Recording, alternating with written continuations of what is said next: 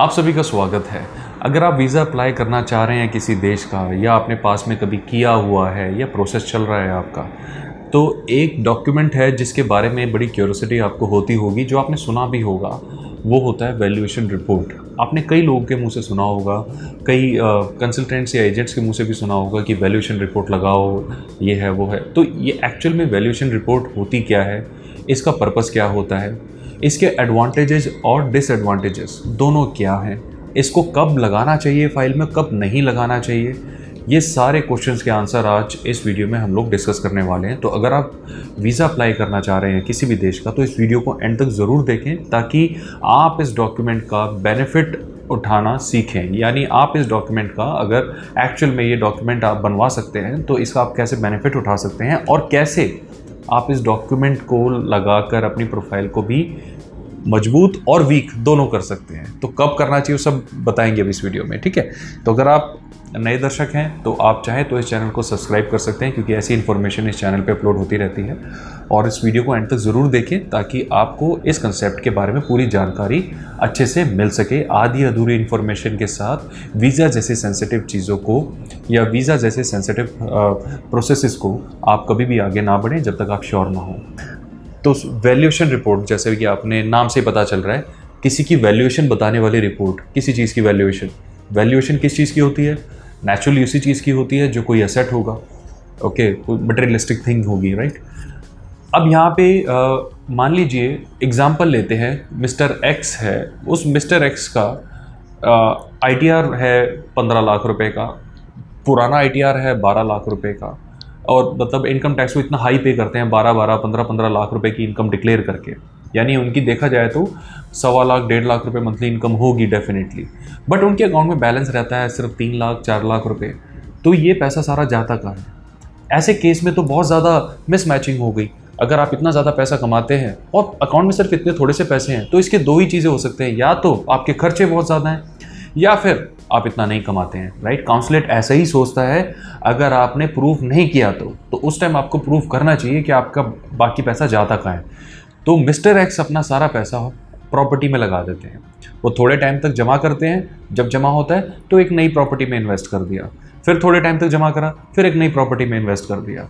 ऐसे वो प्रॉपर्टी में इन्वेस्ट करते रहते हैं, और वो काउंसलेट के पास जाके ये बताते हैं कि सर देखिए, मैं टैक्स अपनी 15 लाख की इनकम पे करता हूँ, हाँ मेरे अकाउंट में 3-4 लाख रुपए ही रहते हैं, क्योंकि मैं इन्वेस्टर हूँ, मैं इन्वेस्ट करता रहता हूँ। और अगर वो इन्वेस्टमेंट रियल एस्टेट में हुई है तो वो जस्टिफाइड होनी चाहिए। ऐसे तो कोई भी इन्वेस्टमेंट बोल देगा कि मैंने भी ले रखा है जी। इंडिया के अंदर प्रॉपर्टी की कीमत बहुत अप एंड डाउन है, कहीं पर कई करोड़ की है, कहीं पर कुछ हज़ारों की है।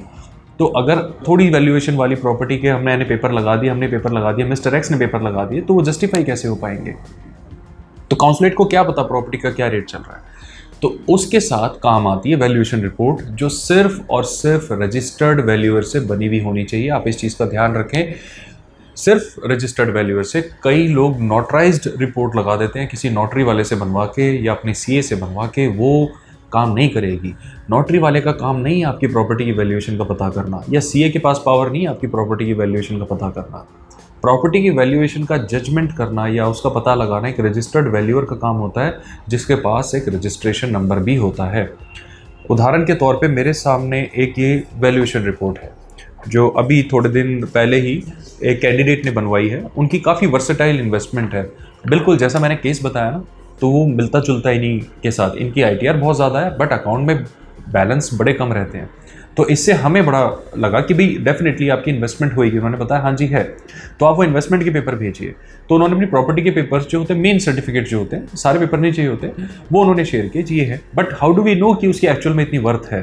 क्योंकि वो Tier 2 या Tier 3 सिटीज़ में है। Tier 1 में हो तो कोई दिक्कत ही नहीं, जैसे दिल्ली हो गया, गुड़गांव हो गया, मुंबई हो गया, या बेंगलोर है, हैदराबाद है, कोलकाता है, चंडीगढ़ है। आप Tier 1 के में कोई प्रॉपर्टी ओन करते हैं तो आपको बताने की जरूरत नहीं है, वो अंडरस्टूड है, उसकी वर्थ अच्छी ही मिलेगी।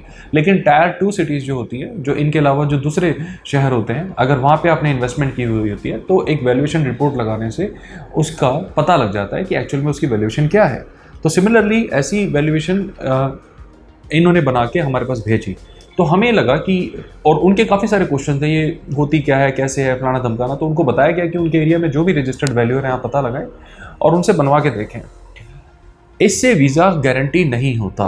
अगर आप ये सुने कि भी आपको ऐसा लग रहा हो कि ये लगाने से वीज़ा हो जाएगा, ऐसा बिल्कुल भी नहीं होता। बस इससे आपका इन्वेस्टमेंट का थोड़ा सा ट्रांसपेरेंसी आ जाती है कि आप अपना पैसा ले कहाँ जा रहे हैं। अगर आप इतना ज़्यादा टैक्स और इतना कमा रहे हैं तो आपका पैसा जा कहाँ रहा है, तो वो क्लियर हो जाता है।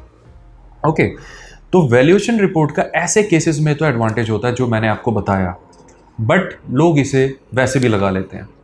जैसे मान लीजिए कोई पर्सन है जिनकी 6-7 लाख रुपए की आईटीआर है, अकॉर्डिंगली उतनी भी इनकम है, अकॉर्डिंगली उतना ही बैलेंस है, सारा मैच हो रहा है, आपस में ये हो रहा है, और उनकी प्रॉपर्टी भी है, और वो इसको प्रॉपर्टी के पेपर्स को भी साथ में लगा देते हैं। तो क्या उनके लिए इट इज़ मैंडेटरी या उनके लिए सजेस्टेबल है कि वो ये लगाएं? ये उनकी चॉइस है। उस वक्त उनके लिए कोई मैंडेटरी नहीं होता कि उनको वैल्यूएशन लगाएं, क्योंकि उनके सारे इन्वेस्टमेंट, सारी इनकम और बैलेंस सारे आपस में एक दूसरे से खर्चे वर्चे सब मैच कर रहे हैं, तो उनको बहुत ज़्यादा ज़रूरत नहीं है वैल्यूएशन रिपोर्ट दिखाने की। वो सिर्फ अपनी प्रॉपर्टी के पेपर भी दिखाएंगे तब भी काम बन जाएगा। कई एम्बेसीज, कई काउंसलेट्स को पसंद नहीं है कि आप एक्स्ट्रा डॉक्यूमेंट्स लगाएं। जैसे मैं एग्जाम्पल के रूप में स्पेन बता देता हूँ। आप स्पेन में बहुत ज़्यादा डॉक्यूमेंट्स लगाएंगे, पहली बात तो सबमिट नहीं होंगे, और हो भी गया तो उसका रिजल्ट पॉजिटिव आने के चांसेस नहीं होते। वो आपसे कहेंगे जो आपके काम के डॉक्यूमेंट्स हैं, हाँ जी आप इतना कमा रहे हैं, टैक्स पे कर रहे हैं, जो बिजनेस के प्रूफ है वो साथ में लगाएं, दैट्स ऑल।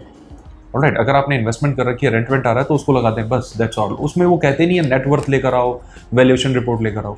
तो ये कई बार कंट्री टू कंट्री या कॉन्सुलेट टू कॉन्सुलेट भी मैटर करता होता है। तो इस चीज़ का आप ये लगाए ना लगाए, ये बहुत मैटर करता है आप कौन से कॉन्सुलेट में लगा रहे हैं और आपका केस कैसा है। अगर आपका केस वैसी है जो मिस्टर एक्स का मैंने बताया, तो वैल्यूएशन रिपोर्ट आपको बहुत ओवरवेलमिंग चांसेस हैं हेल्प करेगी, उस केस में वैल्यूएशन रिपोर्ट लगानी चाहिए। लेकिन जैसा मैंने आपको सेकंड केस बताया, उस केस में उसकी कोई खास जरूरत नहीं है, अननेसेसरी पैसा वेस्ट करने की कोई रिक्वायरमेंट नहीं है। ऐसे केसेस में आपको कोई जरूरत नहीं है वैल्यूएशन रिपोर्ट लगाने की, आप चाहे तो उसको स्किप भी कर सकते हैं। तो वैल्यूएशन रिपोर्ट का मोटा मोटा यही कंसेप्ट है। इसके एडवांटेजेस ये होते हैं कि आपकी इन्वेस्टमेंट काउंसलेट को क्लियर हो जाती है, कहाँ जा रही है, पैसा कहाँ जा रहा है। और इसका डिसएडवांटेज भी होता है कि अगर इसे अननेसेसरी लगाया जाता है सिर्फ अपनी फाइल मोटी करने के लिए, तो उससे काउंसलेट इंप्रेस नहीं हो पाता, बल्कि इनफैक्ट उसको डेस्परेशन नज़र आती है, और ऐसे केसेस में हो सकता है वो आपके रिजल्ट को पॉजिटिव डिक्लेयर ना करे। इसको इस तरीके से समझे कि एग्जाम में दो बच्चे हैं, जिसको एक अच्छे से आता है तो प्रॉपर आंसर लिख कर आता है, लेकिन दूसरा बच्चा उसको कुछ खास आंसर नहीं आते हैं, तो बहुत गैप देकर वो बड़ा बड़ा लिखता है ताकि ज़्यादा शीट भर सकें। तो क्या टीचर, आप में से भी टीचर होंगे कुछ लोग, क्या आपको पता नहीं लगता कि वो स्टूडेंट ब्लफ कर रहा है? पता चल जाता है ना, आपको पता चल जाता है कि इसको कुछ नहीं आता, ये इसलिए साइड से भी लाइन लगा दी, इधर भी लाइन लगा दी और खुला खुला लिख दिया ताकि ज़्यादा शीट भर सकें, राइट। ऐसे ही काउंसलेट होते हैं, वो इन चीज़ों को पकड़ लेते हैं। तो हमें इन चीज़ों से दूर रहना चाहिए। मेरी आपको ये एडवाइस है कि इनकी कोई ख़ास रिक्वायरमेंट नहीं होती, जहाँ रिक्वायरमेंट होती है वहाँ इनको लगाना भी चाहिए, जहाँ रिक्वायरमेंट नहीं होती वहाँ इनको अवॉइड भी कर सकते हैं, क्योंकि वैल्यूएशन रिपोर्ट बनाने में आपका पैसा लगेगा। कोई भी रजिस्टर्ड वैल्यूअर होता है, उसके पास डिग्री होती है, वो आर्किटेक्ट हो सकता है, सिविल इंजीनियर हो सकता है, राइट। तो वो आपसे फ्री में नहीं बना के देगा, तो वो definitely is going to charge some money. तो ऐसे केसेस में पैसा आपका है तो उसको स्पेंड वाइसली करें। तो मुझे उम्मीद है इस वीडियो से आपको ये कंसेप्ट बहुत अच्छे से क्लियर हो गया होगा, और अगर आप इसमें हमारी हेल्प चाहते हैं तो of course we are available in दी हुई डिटेल्स पे, आप हमें कांटेक्ट कर सकते हैं। अदरवाइज़ जैसा कि मैं हमेशा कहता हूँ, इस चैनल पर अगर आप जुड़े रहेंगे तो आपको सारी इन्फॉर्मेशन आराम से पता लग जाएगी, और आप किसी भी कंट्री का खुद कैसे वीज़ा लगाते हैं वो आराम से सीख जाएंगे। उसके लिए आपको हमारे पास आने की कोई ज़रूरत नहीं पड़ेगी। तो मुझे उम्मीद है ये इन्फॉर्मेशन आपके लिए काफ़ी यूज़फुल रही होगी। बहुत जल्द फिर मिलेंगे, बाय बाय।